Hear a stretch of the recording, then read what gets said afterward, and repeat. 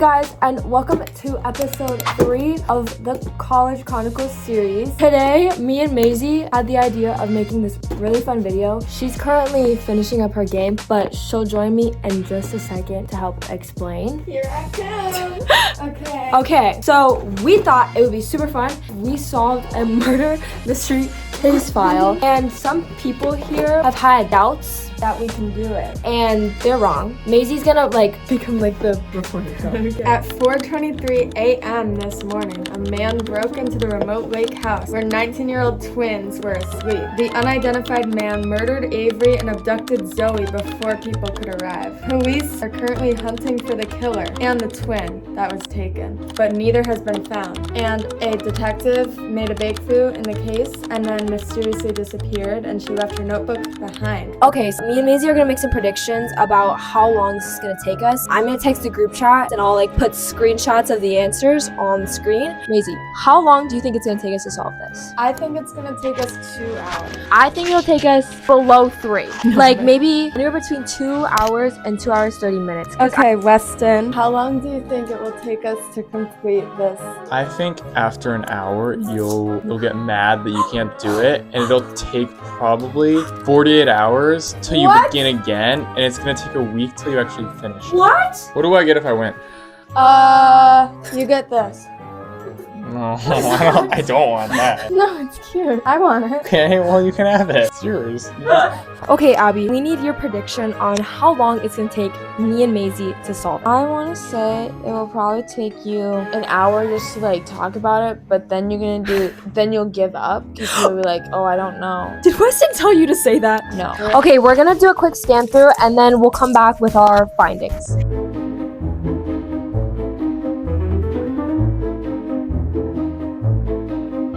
Okay. We just read this whole investigation notebook. I'm gonna show you our suspects and we can talk about who we think it is and who we think it's not. Okay, this is their cousin. This is the mom, the dad, and the stepdad. This is the psycho who lives in the woods in a shack near them. This is the guy who works the bar. This is the real estate guy. This is the tattoo lady. And then this is the tree guy. Right now, he seems the most suspicious, the tree guy, I feel like. Maisie, who do you think is the most suspicious? Yeah, the tree guy. The tree guy? Okay. So we've made some leeway or whatever. Okay, so our first objective was to identify the accomplice. We had 4 suspects for that. The cousin, who we were suspicious of, but at this point I feel like she's fine. We have the stepdad and the mom. They were a little suspicious and we're still iffy about it, but we're pretty set on the dad. We think it's the dad Yeah. because at some point he went to this bar, basically something went wrong, and he introduced this guy named Joe, who's already suspicious. None of these people were named Joe, but then we looked at a report. Yeah. These people have Fake names. separate names as Joe. And this one specifically is the real estate. A real estate guy who was seen at the house last night. The dad called the twins around 7 and he was like, I have a great deal for you. We're gonna do a house flip.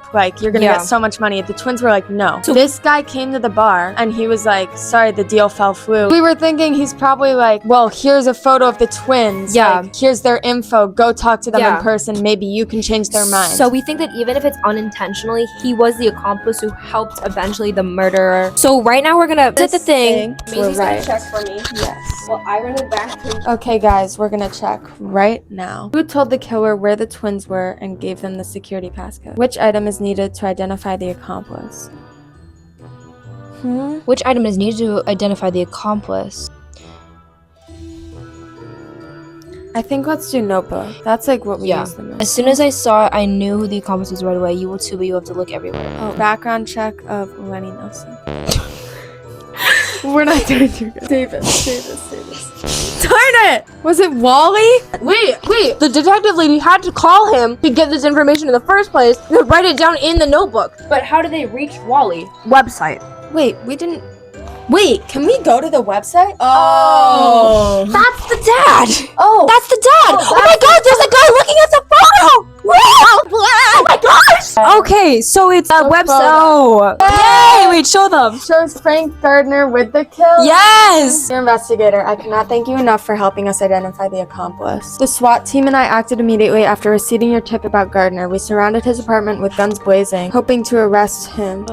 As soon as I walked through the door, though, I realized we were too late. He was dead. He'd been strangled on his living room floor. Once again, we couldn't find any traces of evidence. Wait, Frank? Yeah, the dad. The dad's dead? So the killer has Cruiser. both the detective and Zoe. Yeah. Okay, so Angie went to the apartment and ran into the killer there, and the then killer took her. The only new clue we have is a page torn from Angie's notebook that Humberto found under the driver's seat of her cruiser. Identify the Killer. Can you tell me about him?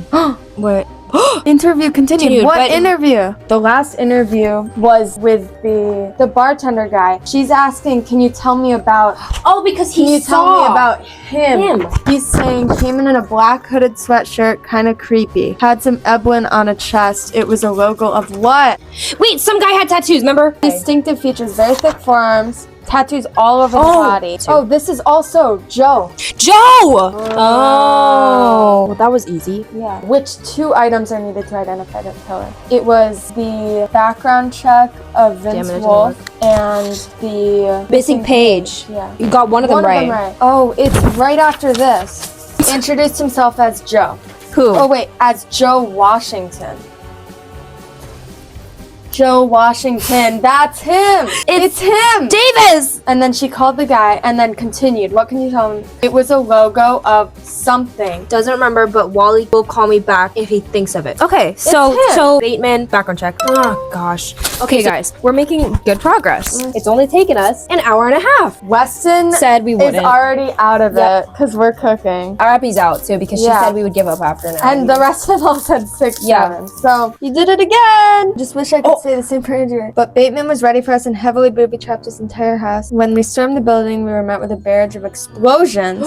I followed the sound of a woman's bass where I found Zoe tied up in the corner. Angie screamed out to me, "Get her out of here, or save her, bring Zoe home." So I listened to Angie and I carried Zoe up the stairs. Turned back to see him lead to a tunnel. As soon as I got Zoe to safety and turned back to the house, It collapsed? oh my god! We put the 5-mile radius around his house in a complete lockdown, and the public works department soon informed me of a large storm drain that runs right under Bateman's house. Can you please figure out where he's taken her? So now we need to figure out where he's hiding. It's a large storm drain pipe that runs under the Bateman's house, and they couldn't travel more than 3 miles from there. Wait, what are the cities near it? Just Fowler. Fowler and Woodbury. Vacancies. These are what he's selling. It's this one! Fowler, 54 Coniferous Way. Fowler. Yay! Yay! Oh. The city of Portland breathed a sigh of relief tonight as police apprehended a killer and rescued one of their own, Detective Angie Cullen.